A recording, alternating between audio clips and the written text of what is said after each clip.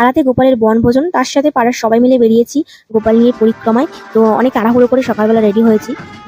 তাড়াতাড়ি করে স্নান করে নিয়ে তাড়াহুড়োর মধ্যে চুলটাও বেঁধেছি, সেই কারণে রাস্তায় বেরিয়ে দেখছি সাইড দিয়ে চুল খুলে যাচ্ছে। তারপর রাস্তায় যেতে যেতে আর কি চুলটা ঠিক করে নিয়েছিলাম। আর এদিকে তো সবার জন্য মাথায় দেওয়ার জন্য আর কি গোলাপ নিয়ে এসেছিল। তো আমি তো তাড়াহুড়ো ঠিক করে চুলটাই বাঁধতে পারিনি, গোলাপ লাগাবো কখন। তারপর আবার এক বৌদি আর কি গোলাপটা দিল আর কি, যেহেতু রিক্সার মধ্যে অনেক গোলাপ রাখা ছিল, সেখান থেকে একটা গোলাপ দিল। তারপর আমি আর কি চুলে লাগিয়ে নিয়েছিলাম, তাই দেখছিলাম যে ঠিকঠাকভাবে লাগিয়েছি কিনা। তো সবাই মিলে খুব মজা করেছি, খুব নাচানাচি করেছি, আনন্দ করেছি। তোমরা পুরো ভিডিওটা দেখে অবশ্যই জানিও যে কেমন লাগলো।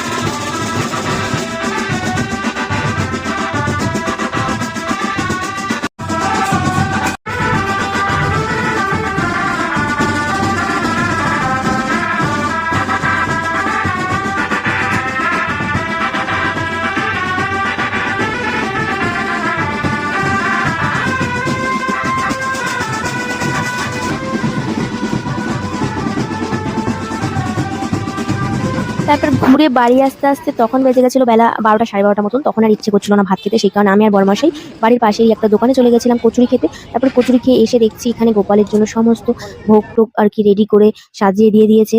দেখো এত রোদ লাগছিল, তো আমি বুঝতেই পারছিলাম না ঠিক করে যে ভিডিওটা আদৌ পরিষ্কার বোঝা যাচ্ছে কিনা।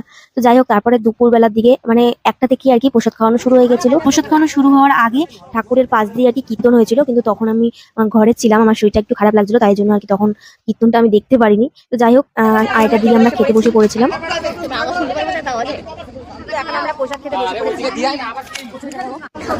এখানে বদ্দি, আমি আর পিউ আমরা একসাথে খেতে বসেছিলাম। পিউকে আর কি জায়গা রাখতে বলেছিলাম, ও এমন একটা জায়গায় মানে রেখেছে, ওখানে এত বেশি রোদ লাগছিল, মানে খুব গরম লাগছিল। এত গরম খিচুড়ি, তার মধ্যে রোদ লাগছে, ঠিকঠাক ভাবে আর কি বসে